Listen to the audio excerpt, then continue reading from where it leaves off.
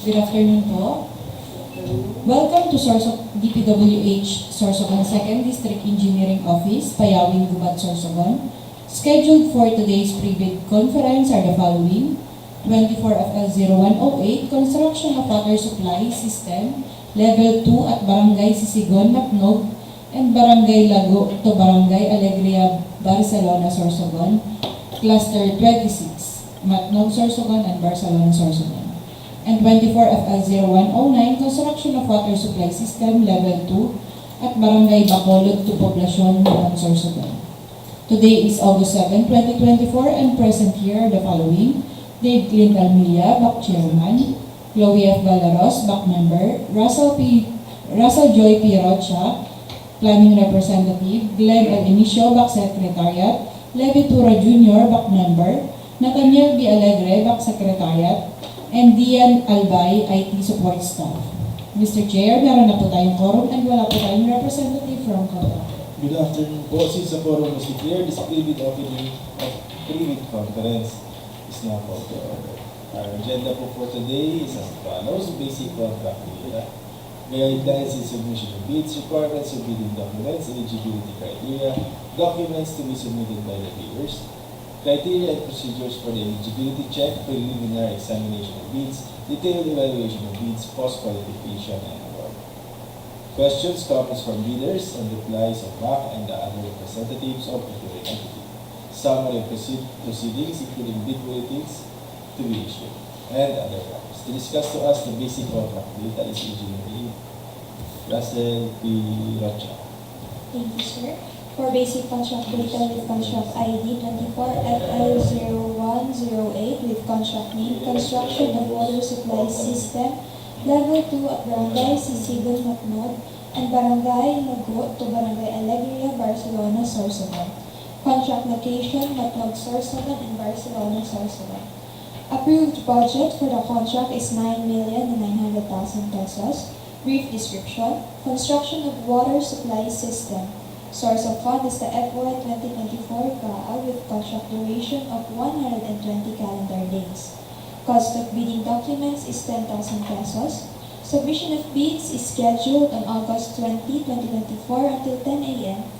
and opening of bids shall proceed immediately after closing receipt of bids. Major category 4 is WSL 2 and 3. Shown are the sample po for the bill of quantities as well as the bid data sheet. For the minimum manpower requirement, for the project manager, minimum years of similar experience is 5 years, project engineer 5 years, materials engineer 3 years, safety health officer 1 year, general construction foreman 3 years, and no applicable years of similar experience for skilled workers as well as laborers. For minimum equipment requirement, for the dump truck, we have required number of units is 1 unit, 1 bagger mixer 1 unit, water truck or pump 1 unit, bar cutter 1 unit, concrete vibrator 1 unit, welding machine 1 unit. Shown po is our special conditions of contract. We have the cover page of the plan for the construction of water supply system level 2 at Barangay Sisigon, Matnog, Sorsogon. We have here is the vicinity map, quantities, as well as the items and the general layout of the plan, as well as the plan, the sectional plan, and the isometric layout. We have the cover page of the plan for the construction of water system level 2, Barangay Lago to Barangay Alegria, Barcelona, Sorsogon. We have the vicinity map, the general layout plan, and as well as the plan, sectional plan, and the isometric layout of the said project. Moving on for basic contract data, contract ID 24FL0109 with contract name, Construction of Water Supply System, Level 2, Barangay Bacolod to Poblacion, Juban, Sorsogon. Contract location, Juban, Sorsogon. Approved budget for the contract is 19,800,000 pesos. Brief description: construction of water supply system. Source of fund is the FY 2024 CAA with contract duration of 259 calendar days. Cost of bidding documents is 25,000 pesos. Submission of bids is scheduled on August 20, 2024 until 10 a.m. and opening of bids shall proceed immediately after closing receipt of bids. Major category of work is WSL 2 and 3. Shown po is a bill of quantities as well as the bid data sheet.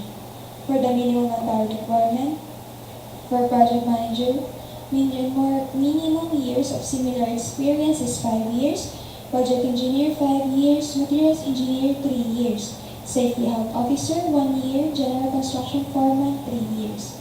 For the minimum equipment requirement, for dump truck, we have required number of units is 1 unit, 1 logger mixer 1 unit, water truck or pump 1 unit, bar cutter 1 unit, concrete vibrator 1 unit, welding machine 1 unit. Yan po ang ating special conditions of contract, all of which are downloadable through the DPWH website or in the field jobs. The cover page of the plan for the construction of water supply system level 2, Barangay, Bacolod to Poblacion, Juban, Sorsogon. The vicinity map, the key map, the general layout of the plan, as well as the cross sections and details of the said project.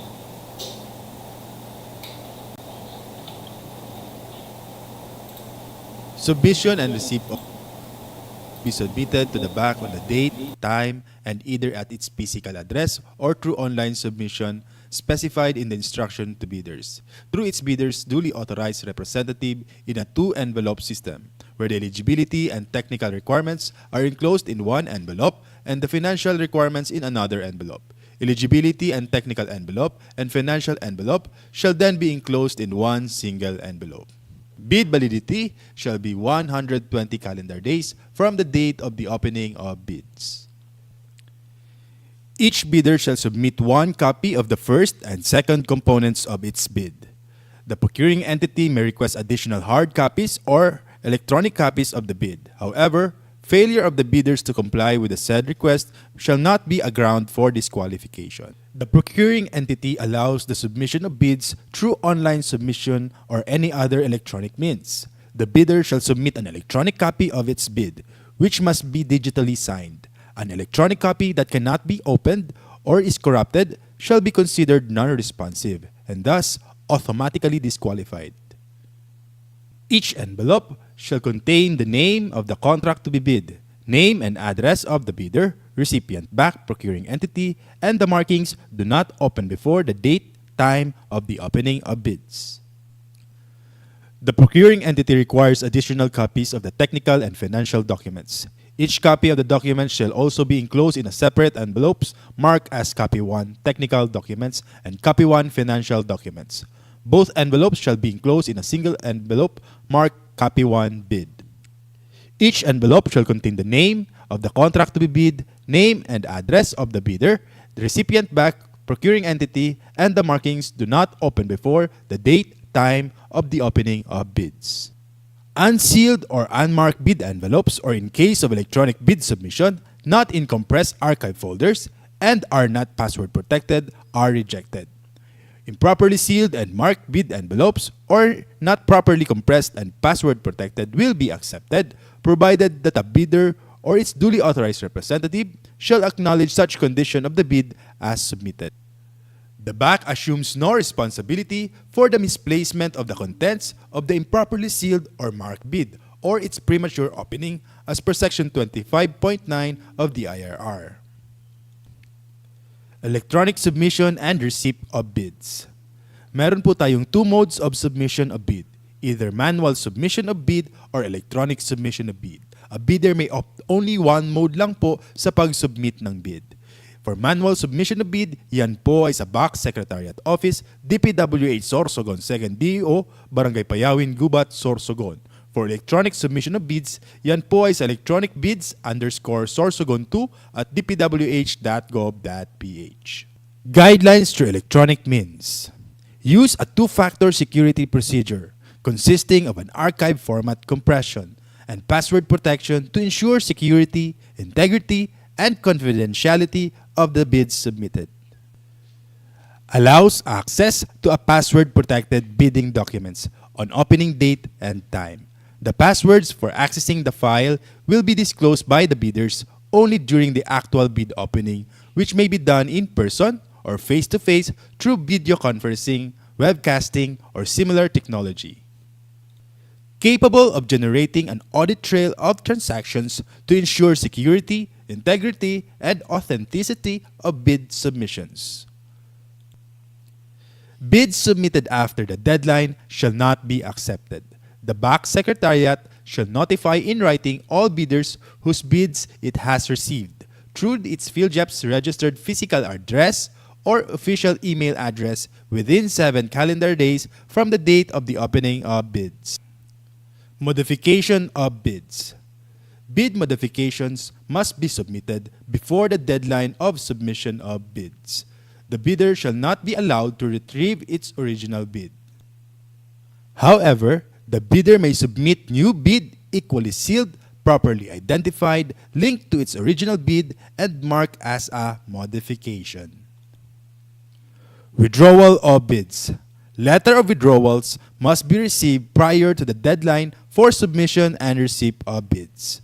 For bids withdrawn within the interval between the deadline and the expiration of the bid validity, the bid security shall be forfeited. For electronic bid submission, bidder shall send another bid equally secured, properly identified, and labeled as modification of the one previously submitted. The time indicated in the latest bid receipt page generated shall be the official time of submission. Requirements of bidding documents. The following documents are posted in the DPWH websites and PhilJEPs to aid our contractors in preparation of their bids. The following documents are invitation to bidders, instruction to bidders, general conditions of contract, special conditions of contract, bid datasheet, drawings, bill of quantities, and sampled forms. Eligibility criteria.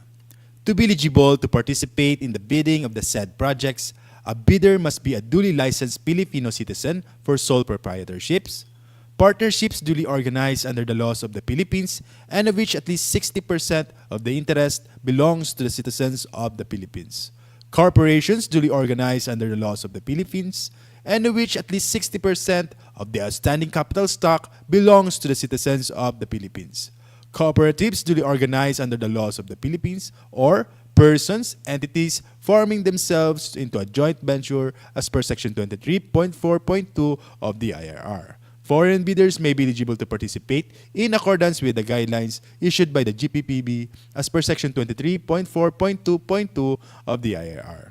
Bidders must have a valid pickup license, must have a single largest completed contract that is similar to the contract to be bid, at least 50% of the ABC. Contractors under small a and small b categories without similar experience, provided that the cost of the contract to be bid is not more than the ARCC of registration. Bidders must have an NFCC at least equal to the ABC. Eligibility and technical documents to be submitted by the bidders. We encourage our bidders to enroll in the civil work application to facilitate the fast evaluation of their eligibility. However, if they have not yet enrolled in the CWA, these are the documents they have to submit. Class A legal documents, PhilJEP Certificate of Registration, Mayor's Permit TTI Tax Clearance. Number 2, Pickup License and Registration. Number 3, Statement of all ongoing government and private contracts. Number 4, Statement of single largest completed contract. Number 5, Computation of the NFCC. Number 6, Valid joint venture agreement if applicable. Number 7, bid security.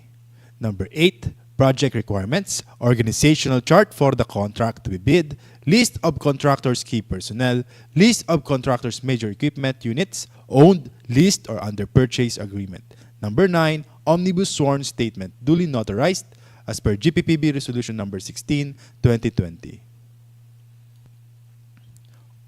Eligibility requirements. All bidders shall upload and maintain in PhilJEPs a current and updated file of the following Class A eligibility documents under Section 23.1 and 24.1 of the IRR. Class A legal documents. PhilJEP Certificate of Registration, Platinum Membership, containing SEC Certificate of Registration, DTI Registration, Mayor's Permit, Business Permit, Tax Clearance, Audited financial statements. As per GPPB Resolution Number 15, Series 2021, lifting the suspension on the implementation of the mandatory submission of PhilJEP Certificate of Platinum Registration and membership in competitive bidding and limited source bidding. All bidders are required to maintain a platinum membership of PhilJEP Certificate of Registration. Class A Technical Documents. Statement of all ongoing contracts. Statement of single largest completed contract. Valid PCAB license, special PCAB license for joint venture agreements. Class A financial documents, net financial contracting capacity or the NFCC. Class B, in case of joint venture, the joint venture agreement entered into parties must be attached. Legal eligibility requirements, Class A, tax clearance. As per Executive Order 398, Series of 2005, submission of BIR receipt for renewal of tax clearance will not suffice in lieu of a valid tax clearance requirement, since substitution is not allowed under Section 34.2 of the IRR. Submission of provisionary tax clearance issued by the BIR for bidding purposes is not acceptable form of tax clearance, as per GPPB Resolution Number 1, Series of 2014. Recently expired mayor's permit, business permit, shall be accepted together with the official receipt as proof that the bidder has applied for renewal within the period prescribed by the LGU. However, the renewed permit shall be submitted as post-qualification requirement in accordance with Section 34.2 of the IRR. Statement of all ongoing government and private contracts. Statement of the bidder of all ongoing government and private contracts, including contracts awarded but not yet started, if any, whether similar or not similar in nature and complexity to the contract to be bid. The statement shall include all information required in the bidding documents. Statement of single largest completed contract. The single largest completed contract completed should be similar to the contract to be bid or has the same major categories of work. The single largest completed contract's value should be at least 50% of the ABC to be bid, upon adjustment of current prices using the PSA Consumer Price Indices. Contractors under small a and small b categories without similar experience on the contract may participate if the cost of the contract to be bid is not more than the ARCC of registration. The statement of single largest completed contract shall be supported by the owner's certificate of final acceptance, issued by the project owner other than the contractor, or a final rating of at least satisfactory in the constructor's performance evaluation system. In case of contracts with the private sector, an equivalent document shall be submitted. Philippine Contractors Accreditation Board PCAB license. Bidders must have a valid PCAB license or a special PCAB license for joint ventures. PCAB license should indicate the registration for the type and cost of the contract to be bid. Should be valid at the time of the deadline for the submission and opening of bids. Bid security. Bidders have the option to choose their preferred form of bid security. Only one form of bid security is required to be submitted. For cash or manager's check, bank draft, bank guarantee, or irrevocable letter of credit, 2%. For surety bond, callable upon demand, 5%, or you can use bid securing declaration. Please be guided of the GPPB Resolution Number 16, 2020 sa format ng bid securing declaration. Bid security in the form of bid securing declaration. Please be guided of the revised provision and revised penalties of the bid securing declaration as a form of bid security, as per GPPB Resolution Number 16, 2020. Omnibus Sworn Statement. Revised Omnibus Sworn Statement as per GPPB Resolution Number 16 should include the following clauses. Any omission of the said clauses shall be grounds for disqualifications. The clauses should include the non-inclusion in the blacklist, authenticity of documents, verification authority, signatories authority, disclosure of relations, responsibilities of bidders, labor laws and standards, non-payment any commission, amount, fee, or any form of consideration in relation to any procurement project or activity. In case of advance payment was made or given, failure to perform or deliver any of the obligations and undertakings in the contract shall be sufficient grounds to constitute criminal liability. Second envelope, financial proposal.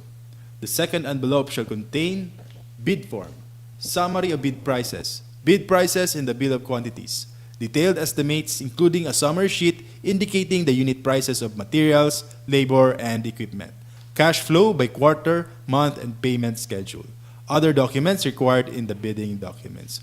Please be guided of the GPPB Resolution Number 16, 2020 for the bid form.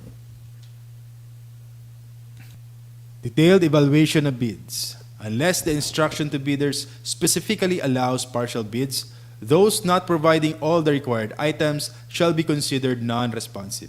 Placing no price is considered non-responsive. Specifying a zero or dash means it is offered for free. The purpose of the detailed evaluation of bids is to determine the lowest calculated bid by establishing the correct calculated prices of bids, ranking calculated total bid prices from lowest to highest.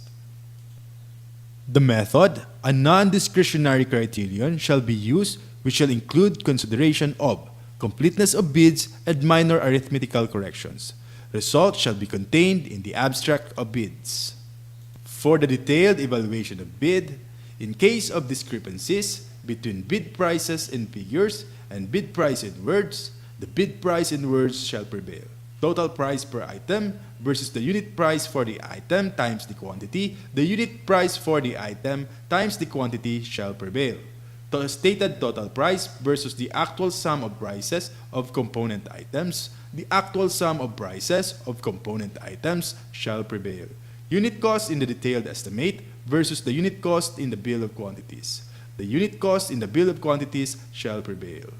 Reminders to all the bidders of our no-contact rule, prohibition of communication with bidders from bid evaluation until award of contract. For post-qualification, the purpose is to determine whether the lowest calculated bid complies and is responsive to all requirements and conditions as specified in the bidding documents, to be the lowest calculated responsive bid. The method, a non-discretionary pass or fail criterion which shall be used to verify, validate, and ascertain all statements and documents by the lowest calculated bid.